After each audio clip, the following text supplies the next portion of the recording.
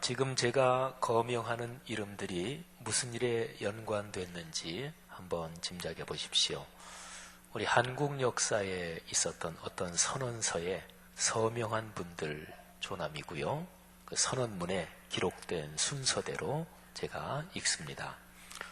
손병희, 길선주, 이필주, 백용성, 김완규, 김병조, 김창준, 권동진, 권병덕, 나용환, 나인협, 양전백, 양한묵, 유여대, 이갑성, 이명룡, 이승훈, 이종훈, 이종일, 임예환, 박춘승, 박희도, 박동환, 신흥식, 신석구, 오세창, 오화영, 정춘수, 최성모, 최린, 한용운, 홍병기, 홍기조. 주후 1919년 3월 1일에 공표한 3.1 독립선언서에 서명한 분들 조남입니다.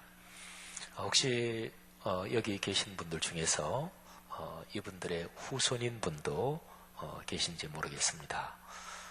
당시 선언서에는 조선 건국 4252년으로 단기로 표시되어 있고요. 그리고 거기에 조선민족 대표 이런 표현으로 해서 33분이 서명을 하셨습니다. 당시에 각 종교별로 참여자를 선정했어요. 네, 기독교인이 16분, 천도교인이 2분, 그리고 불교 신앙을 가진 분이 2분이었습니다. 오늘은 3.1절 96주년 기념일입니다. 3.1절이 우리 민족에게 어떤 의미를 가지고 있는 것일까요? 또 우리 한국 역사에서 3.1운동이 일어났는데 그것이 성경적으로 어떤 각도에서 그 사건을 봐야 되나요? 거기에 대해서 오늘 같이 생각을 해보려고 합니다. 3.1 독립운동 또는 3.1 독립혁명은 그것 때문에 대한민국 임시정부가 직접적으로 세워진 그런 원인이 됐습니다. 그리고 3.1 독립운동 그 정신이 흘러오면서 그 정신을 계승해서 우리 대한민국이 세워졌어요. 대한민국 헌법에 3.1운동이 나라를 세운 기본 정신이다. 이 사실이 분명히 명시되어 있습니다.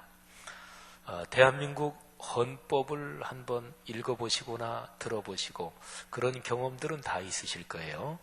학교 다닐 때 한 번쯤은 이렇게 읽어봤겠고, 근데 생활하면서 대한민국 헌법 읽거나 묵상하거나 그럴 기회는 없잖아요. 그래서 이런 기회에 우리 대한민국의 헌법, 모든 법 중에서 가장 상위 모법인 이 헌법, 그 중에서 전문을 제가 한번 전문 전체를 읽겠습니다. 한번 이런 기회에 들어보시죠. 유구한 역사와 전통에 빛나는 우리 대한국민은 3.1운동으로 건립된 대한민국 임시정부의 법통과 불의에 항거한 4.19 민주이념을 계승하고 조국의 민주개혁과 평화적 통일의 사명에 입각하여 정의 인도와 동포애로서 민족의 단결을 공고히 하고 모든 사회적 폐습과 불의를 타파하며 자율과 조화를 바탕으로 자유민주적 기본 질서를 더욱 확고히 하여 정치, 경제, 사회, 문화의 모든 영역에 있어서 각인의 기회를 균등히 하고 능력을 최고도로 발휘하게 하며 자유와 권리에 따르는 책임과 의무를 완수하게 하여 안으로는 국민 생활의 균등한 향상을 기하고 밖으로는 항구적인 세계 평화와 인류 공영에 이바지함으로써 우리들과 우리들의 자손의 안전과 자유와 행복을 영원히 확보할 것을 다짐하면서 1948년 7월 12일에 제정되고 8차에 걸쳐 개정된 헌법을 이제 국회의 의결을 거쳐 국민투표에 의하여 개정한다. 1987년 10월 29일. 헌법 전문을 제가 한 글자도 빼지 않고 다 읽었습니다. 여기 전문 제일 처음 부분에 나오지요. 대한민국이 3.1 독립 정신을 계승해서 세워진 나라다 하는 그 사실이 말이죠. 3.1운동 또는 3.1 혁명에 대한 그 당시 일본 제국주의가 부른 공식 명칭은 조선 만세 소요 사건이에요. 소요가 문자적인 또 그 사전적인 뜻이 말이죠. 여러 사람이 모여서 폭행이나 협박 또는 파괴 행위를 함으로써 공공 질서를 문란하게 하는 것이나 또는 그런 행위, 이게 소요입니다. 3.1운동은 소요가 아니지요. 3.1운동은 대한민국 임시정부의 탄생에 직접적인 도화선이 됐고요. 또 국내만이 아니라 그 당시 해외에 살고 있던 한국 사람들까지 다 참여한 민족 전체의 항거였습니다. 소요가 아니라 정당한 공적인 선언이고요. 또 그릇되고 잘못된 것을 바로 잡는 혁명이었습니다. 3.1운동이 일어나고 나서 1년 뒤, 그러니까 1920년 3월 1일에 대한민국 임시정부가 주최해서 상해에서 제1회 3.1절 기념식이 열렸어요. 근데 그 자리에서 도산 선생, 안창호 선생께서 이렇게 말했습니다. 과거 1년간 그러니까 일본 사람은 이 날을 무효화하려 하였고 우리는 이 날을 유효하게 하려 싸웠소. 일본 사람의 최대 문제는 이 날을 무효로 돌리는 것이요. 우리의 최대 의무는 이 날을 영원히 유효하게 함이외다. 그리하기 위하여 우리는 작년 3월 1일에 가졌던 정신을 변치 말자 하미요. 제가 일부를 읽었습니다. 우리 민족의 참 스승이고 지도자이신 또 우리 기독교 신앙에 깊은 신심을 가지고 있었던 우리 안창호 선생의 이 말, 사실은 오늘 우리가 3.1절 기념 예배를 드리면서 다시 한번 3.1 정신을 생각해 보는 것도 이 안도산 선생이 말씀하신 것처럼 3.1 그 정신을 변치 말자 하며 거기에 동참하는 셈이라고 볼 수 있습니다. 여러분, 이토록 중요한 3.1 정신, 그러니까 우리 국가의 정신적, 사상적 근간이 된 이 3.1 정신, 그 구체적인 내용이 무엇일까요? 저는 3.1 독립선언서 그 중에서도 제일 첫 번째 문단, 그거를 한번 살펴보면서 3.1 정신이 무엇인지 같이 한번 생각해 보려고 합니다. 특별히 3.1 독립선언서의 구체적인 내용을 살펴보면서 우리들이 다시 한번 성경에서 말씀하는 올바른 방식으로 나라 사랑 또는 우리 민족의 번영을 간절히 구하는 마음이 생기기를 바랍니다. 그래서 그리스도인이 진심으로 나라를 사랑하고 하나님께 기도함으로써 이 나라가 번영하고 발전하는 그런 축복이 있기를 간절히 축원합니다. 3.1 독립선언서, 아마 중고등학교 때 세대에 따라 차이가 있겠습니다만은 제가 중학교, 고등학교 시절에 3.1 독립선언서 외웠던 기억이 나요. 5등은 자의 조선의 독립국임과 조선인의 자주민임을 선언하노라. 차로서 세계 만방에 고하여, 선생님한테 혼나가면서 외웠는데 다 까먹었습니다만은, 근데 3.1 독립선언서의 제일 첫 번째 문단, 제가 앞에 조금 얘기한, 근데 그거를 현대식 언어로 번역한 것을 제가 읽겠습니다. 이 현대식 한글로 풀이한 거는 79년 3.1운동 60주년을 기념해서 연세대학교 교수를 지내셨던 김동길 교수, 아마 주보에도 잘못 나온 것 같아요. 김동길, 김찬주, 이 두 분 교수님이 작성한 문장입니다. 제가 읽습니다. 우리는 여기에 우리 조선이 독립된 나라인 것과 조선 사람이 자주 국민인 것을 선언하노라. 이것으로서 세계 모든 나라에 알려 인류가 평등하다는 큰 뜻을 밝히며 이것으로서 자손 만대에 일러 결의가 스스로 존재하는 마땅한 권리를 영원히 누리도록 하노라. 자, 이게 첫 번째 문단인데요. 여기에 독립선언서 전체 내용이 사실은 압축되어 있습니다. 자, 여기에 나타난 정신을 세 가지로 살필 수 있습니다. 첫 번째는 민족혁명의 정신입니다. 조금 전에 읽어드린 거기에 조선이 독립된 나라인 것을 선언한다. 이런 표현이 있지요. 여기에 바로 민족혁명의 정신이 담겨 있습니다. 3.1혁명은 무엇보다 일본을 겨냥했지요.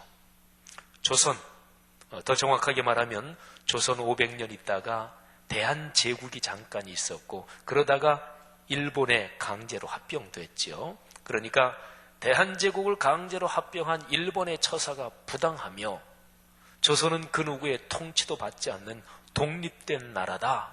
이거를 공적으로 선언한 것입니다. 이 선언서는요, 1910년에 한일 합병이 처음부터 이 결의가 원해서 된 일이 아닌 두 나라의 합병이다. 그러니까 강제 합병이다. 이렇게 규정을 합니다. 그리고 힘과 무력으로 다른 나라를 강제 점령하는 이 제국주의를 낡은 시대의 유물이다. 이렇게 단정을 해요. 자, 이 선언서 뒷부분으로 쭉 내려가면 거기에 나오는 한 단락을 제가 읽습니다. 낡은 시대의 유물인 침략주의, 강권주의의 희생을 당하여 역사가 있은 지 여러 천년에 처음으로 다른 민족에게 억눌려 고통을 겪은 지 이제 10년이 되도다. 1910년에 강제합병을 당했으니까 3.1운동이 일하는 1919년 해수로 10년이죠. 우리가 생존권마저 빼앗긴 일이 무릇 얼마며 정신의 발전이 지장을 입은 일이 무릇 얼마며 결의의 존엄성이 손상된 일이 무릇 얼마며 새롭고 날카로운 기백과 독창성을 가지고 세계 문화의 큰 물결에 이바지할 기회를 잃은 일이 무릇 얼마인가. 자, 이제 첫 번째가 민족혁명의 정신이라면 두 번째는 민주혁명의 정신입니다. 아까 제가 읽은 제일 첫 번째 문단에 이런 표현이 있어요. 조선 사람이 자주 국민인 것을 만천하에 선언한다. 자주, 스스로 주인이다. 그런 거죠. 이 선언서는요, 일제가 한국을 강제로 합병하기 그 이전 상태로 돌아가자 이르지 않습니다. 그 바로 이전은 대한제국이고 또 그 이전은 조선 500년이지요. 제국은 황제의 나라입니다. 왕조시대는 왕이 통치하는 그런 나라지요. 그런데 3.1 독립선언서는 대한제국으로 돌아가자, 조선 왕조로 돌아가자 그렇게 얘기하지 않습니다. 이 선언서에는 백성이 주인인 민주의 나라, 곧 대한민국을 선언하고 있는 거예요, 사실상. 그러니까 우리 대한의 민중, 백성들이 주인인 나라, 이게 이제 선언되어 있는 거죠. 3.1운동이 일어나면서 국내하고 해외에서 여러 개 임시정부가 생깁니다. 한 5-6개가 돼요. 대표적으로 국내에서는 한성 임시정부, 그리고 상해에서 있는 상해 임시정부가 일반적으로 제일 유명하죠. 또 저 러시아령 블라디보스톡에서도 또 임시정부가 생겨요. 그렇게 5-6개가 생깁니다. 그런데 이 일어난 임시정부들은 전부 다 하나같이 민주공화제를 주장을 했습니다. 대표적인 상해 임시정부를 잠깐 보면은요, 1919년 4월 11일 날에 임시의정원을 먼저 구성했어요. 임시의정원은 말하자면 국회지요. 그래서 거기에서 임시헌장 10개조 법률이 있죠. 그거를 채택하고 그리고 법치에 따른 민주공화제 임시정부를 수립합니다. 그리고 나서 이틀 뒤 3월 13일에 한성 임시정부 이렇게 같이 통합해서 대한민국 임시정부를 공적으로 선포합니다. 옛날 사극 같은 거 보시면은요, 새롭게 나라를 세우려면 법부터 만드나요? 그러지 않습니다. 어떤 사람을 왕으로 지도자로 옹립하는 것을 먼저 하는 거예요. 왕통의 혈통을 가진 사람들, 또는 고구려 신라 백제 이런 데가 망하고 날 때도 늘 그랬어요. 그래서 왕족의 혈통, 누구를 왕으로 옹립하고 그리고 다시 나라를 세우고 이런 거 하지요. 이게 왕조란 말이에요. 3.1 독립선언서는 그게 아니란 말이에요. 3.1 독립 정신에 나타난 것도 그렇고 그 후에 생긴 임시정부들은 법부터 먼저 만들어 놓고 법 앞에 대통령이든 누구든 다 평등한 거예요. 그게 법치에 의한 민주공화 정치입니다. 자, 첫 번째가 민족혁명의 정신이고, 두 번째가 민주혁명의 정신이고, 그리고 세 번째가 인륜혁명의 정신입니다. 인륜 도덕할 때 그 인륜 말이지요. 아까 제가 읽어드린 제일 첫 번째 문단에 이런 표현이 있습니다. 인류가 평등하다는 큰 뜻을 밝히며, 독립선언서 전체를 읽어보면 인륜 도덕에 근거한 인도주의 정신이 중심을 흐르고 있습니다. 그래서 독립선언서 거기에 다음과 같은 단어들이 계속해서 나와요. 동양평화, 세계평화, 전인류 공존, 인륜, 도의, 양심, 세계문화, 인도적 정신에 의한 신문명, 이런 단어들입니다. 선언서는요, 침략주의, 식민주의 이거를 정면으로 거부합니다. 그 당시 세계사의 흐름이 말이죠. 1차 세계대전이 1918년에 끝나거든요. 그리고서 이제 그 다음에 3.1 독립운동이 일어나는데, 1차 세계대전이 끝나면서 각국이 전쟁 상황을 끝내면서 이런저런 조약을 맺고 그러잖아요. 근데 그때 당시에 미국의 대통령 윌슨이 이런 얘기를 했습니다. 모든 민족은 자기 민족의 일, 자기 민족에 관한 일을 스스로 결정할 권리가 있다. 그래서 스스로 자자 결정한다 할 때 결자 써가지고 민족 자결주의 이런 거를 윌슨 대통령이 얘기를 했습니다. 그런데 3.1 독립운동에 참여했던 지도자들이나 또는 그 외에 그 당시 우리 민족의 국내외 지도자들은 세계 정세의 흐름을 잘 알고 있었습니다. 그래서 이런 흐름 속에서 이 독립선언서는 맨 뒷부분에서 인류 역사에 새로운 장이 펼쳐지는 것을 감격을 가지고 내다보고 있습니다. 이 독립선언서의 뒷부분인데요. 이 표현이 참 감동적입니다. 그 당시에 쓴 한자어로는 이렇게 시작이 돼요. 신천지가 안전에 전개되도다. 이렇게 시작되는 문단인데 우리 현대어로 바꾼 거를 제가 읽겠습니다. 새하늘과 새 땅이 눈앞에 펼쳐지누나 힘의 시대는 가고 도의의 시대가 오느나 지나간 세기를 통하여 깎고 다듬어 키워온 인도적 정신이 바야흐로 새 문명의 서광을 인류의 역사 위에 던지기 시작하노나 새 봄이 온누리에 찾아들어 만물의 소생을 재촉하노나. 아멘 하고 싶은 말씀이에요. 아멘.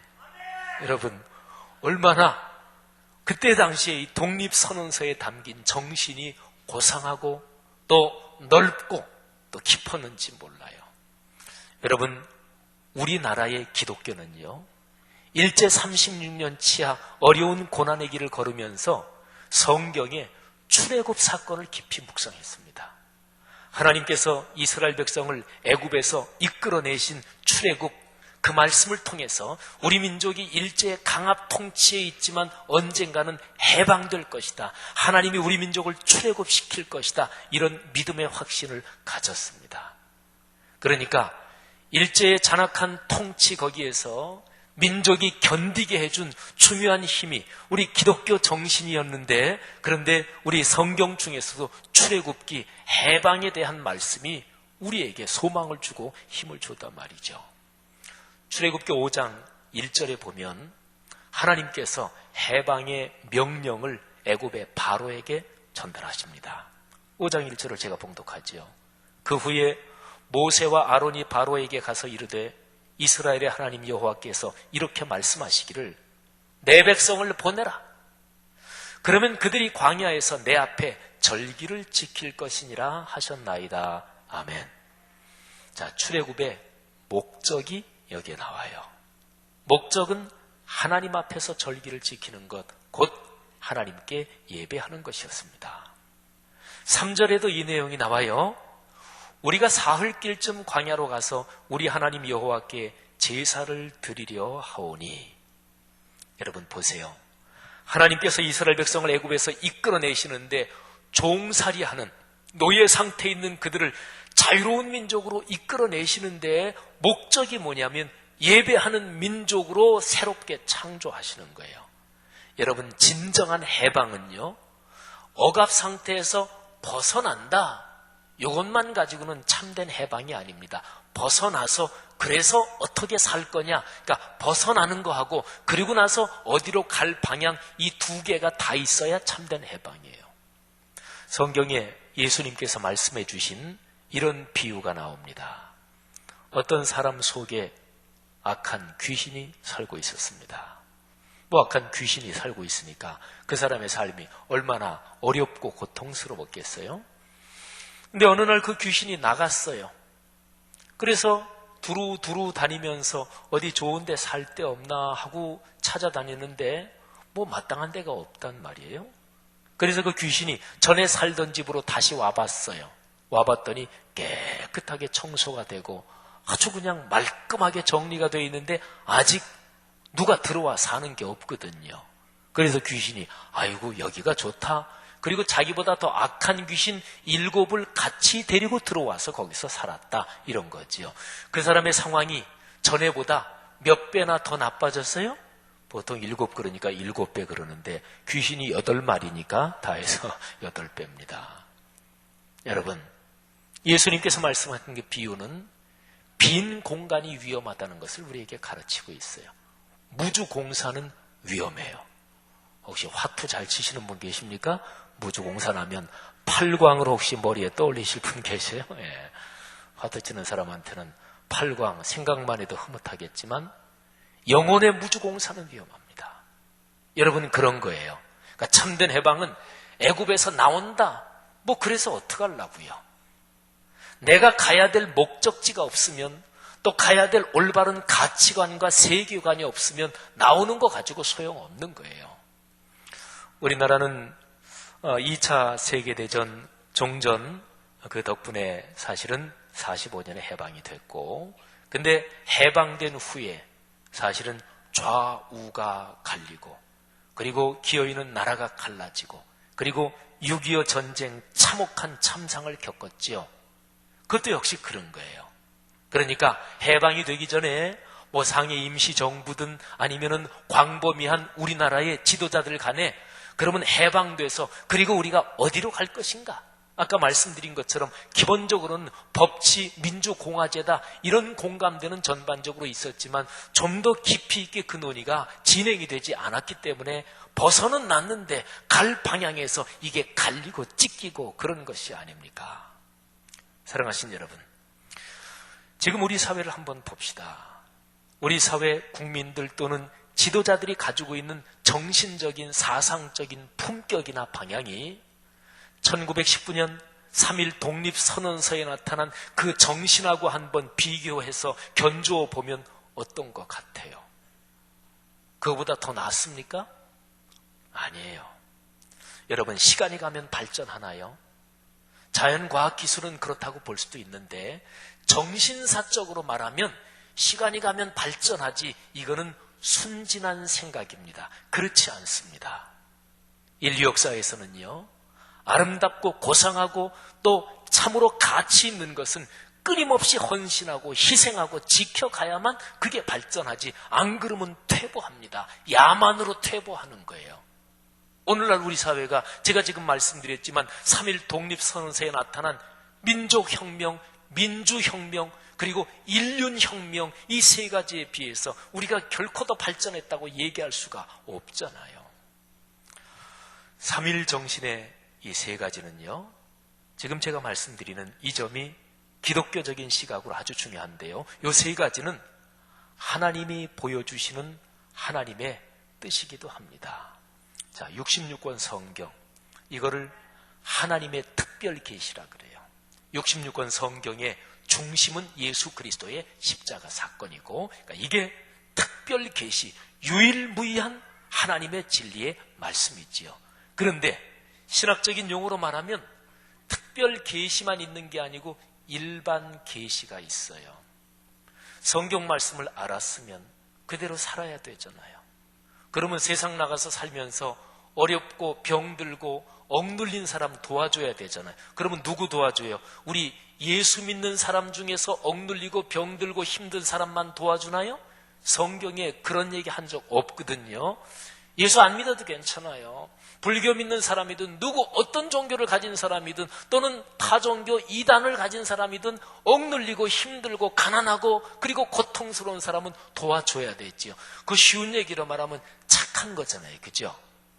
기업을 하는 사람이 외국인 노동자를 고용하면서 외국인 노동자가 불법 체류한 신분이라는 것을 악용하고 그래서 그걸 쥐고 월급 제대로 주지도 않고 월급 짜게 주고 그리고 혹사시키면 그 사람은 나쁜 사람이지요. 하나님은 그런 거 원치 않습니다.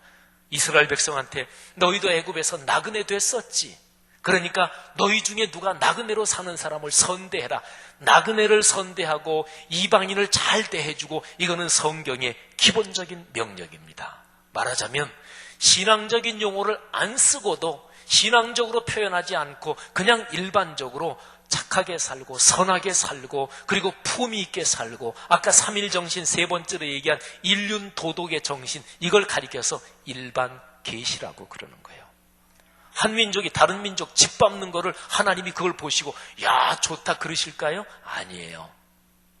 민족 정신 그러니까 스스로 민족마다 자유롭게 살 수 있는 거는 하나님이 기뻐하시는 거예요.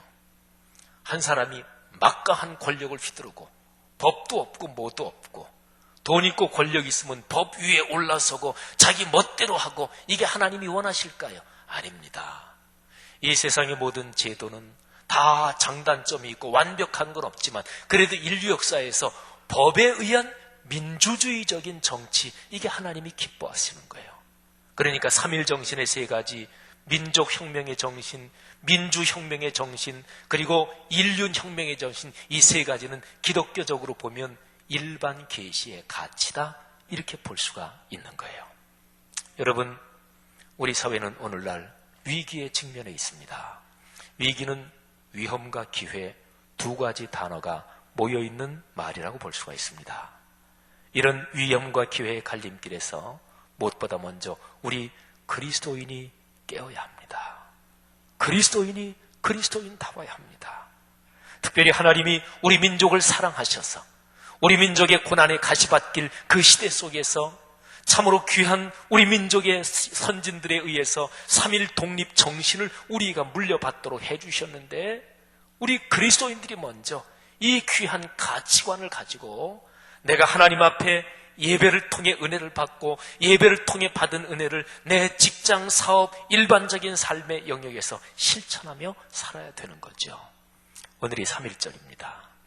갈라디아서 5장 1절 말씀을 제 설교를 마치면서 봉독해 드리겠는데 이 말씀을 우리 민족 전체가 기억했으면 좋겠어요. 그리스도께서 우리를 자유롭게 하려고 자유를 주셨으니 그러므로 굳건하게 서서 다시는 종의 멍에를 매지 말라. 아멘.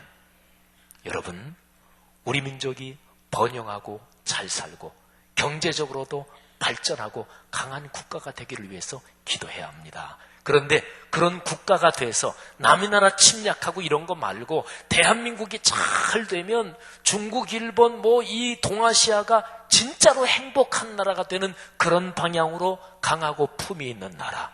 그리고 우리나라가 점점 경제력이 커지면서 오늘날 이 지구 공동체에 있는 못 살고 억울하고 억눌리고 그리고 못 먹고 이런 사람들을 제일 많이 도와주는 나라. 그게 기독교인의 삶이잖아요. 사랑하신 여러분, 오늘 3.1절 96주년 기념일 또 주일을 맞이해서 나라와 민족을 진실하게 사랑하는 우리 그리스도인이 될 것을 다시 한번 다짐했으면 좋겠습니다.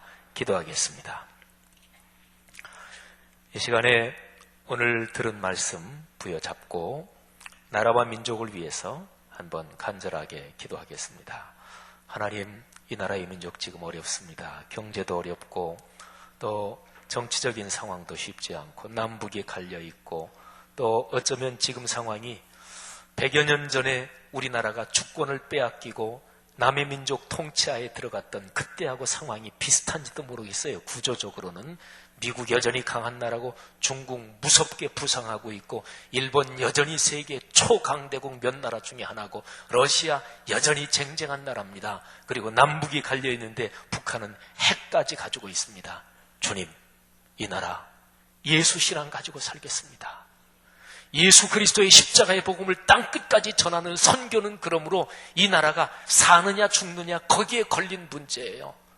진짜로 예수 신앙, 사랑과 평화의 복음을 전할 그 사명이 아니면 이 나라 하나님께서 보시기에 무슨 가치가 있겠어요? 하나님, 이 나라의 민족 예수 신앙 가지고 그렇게 살겠습니다. 붙잡아 주옵소서. 지켜 주옵소서. 경제적인 어려움 이겨내게 하옵소서. 박근혜 대통령을 비롯한 정치 지도자 또는 이 나라의 대학 사회의 지도자 또는 기업이나 이런 경제에 활동하는 주체들 또는 문화예술 모든 지도자들에게 하나님이 긍휼을 베푸사 이 나라의 민족 선하게 발전해 가는데 힘을 모으게 하옵소서. 다 같이 통성으로 잠시 기도하겠습니다. 하나님 아버지, 은혜를 감사합니다. 오늘 들은 말씀 가슴에 끌어안고 나라와 민족을 위해서 이 시간에 기도합니다. 하나님 불쌍히 여기시고 긍휼히 여기시기를 기도합니다. 하나님 아버지, 이 나라의 민족에 쉽지 않은 상황을 주님께서 아십니다. 하나님, 이 위험과 기회의 갈림길에서 하나님의 은총을 주시기를 간절히 기도합니다. 하나님 아버지, 이 나라의 지도자들, 나라와 민족이 아름답게 번영하는 방향을 위해서 힘을 모으게 하시고 선한 생각을 가지게 하시고, 하나님 아버지, 마음이 올바르고 그리고 건전한 사상과 가치관을 가진 사람들이 이 사회 여러 영역에서 지도자의 자리에 있게 하시기를 원합니다. 특별히 교회 공동체를 축복하시며 하나님 기독교인들을 축복하셔서 우리 그리스도인들이 이 나라 아름답게 번영하는데 지도력을 발휘할 수 있도록 주님께서 축복하시기를 간절히 원합니다. 하나님 아버지, 우리를 통해서 위대한 일을 이루시고 예수 그리스도의 십자가의 복음이 땅끝까지 전파되는데 이 민족 사용해 주시고 또 일반 계시의 아름다운 가치가 한국 민족을 통해서 온 세계에 전파되게 하옵소서. 할렐루야. 하나님 아버지, 은혜 감사합니다. 우리가 올린 기도 받으신 줄 믿습니다. 예수님 이름으로 기도 올립니다. 아멘. 파송의 교독, 저와 여러분이 교독으로 기도합니다. 성경의 중심 가르침 말씀 삼운동 온세계 선교의 비전은 주님이 말씀 삼 공동체 성락 성결교에 주신 명령임을 믿습니다. 이 소명을 사명으로 받아 순명하여 이루도록 우리를 이끌어 주옵소서.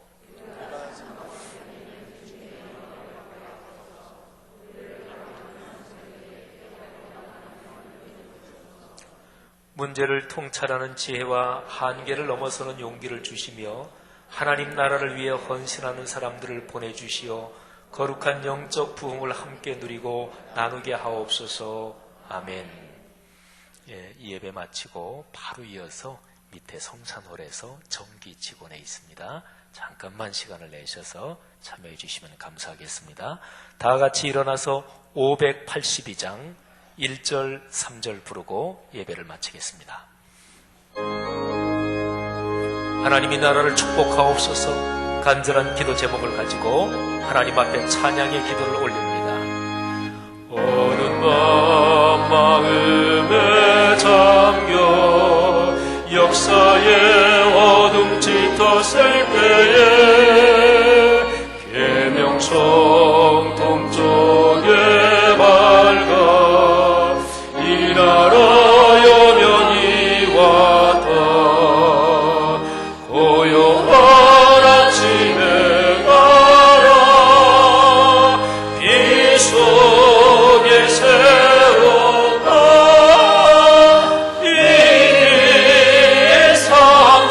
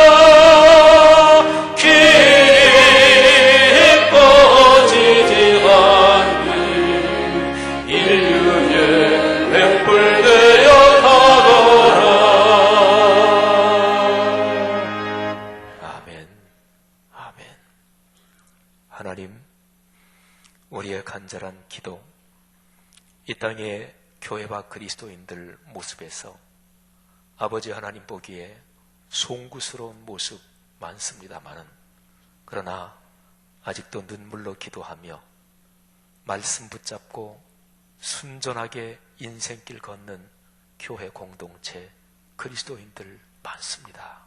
하나님, 이 귀한 사람들 보시고 이 나라의 민족 긍휼히 여기시고 촛대를 옮기지 마시고 이 나라의 민족 안에 예수 그리스도의 십자가와 부활의 복음 더 분명하게 흐르게 하시고, 예수 그리스도의 십자가와 부활의 복음이 내 직장과 사회 또는 일반 생활에서 선하고 아름답고 긍휼을 베풀고 배려하는 삶으로 나타나게 하옵소서.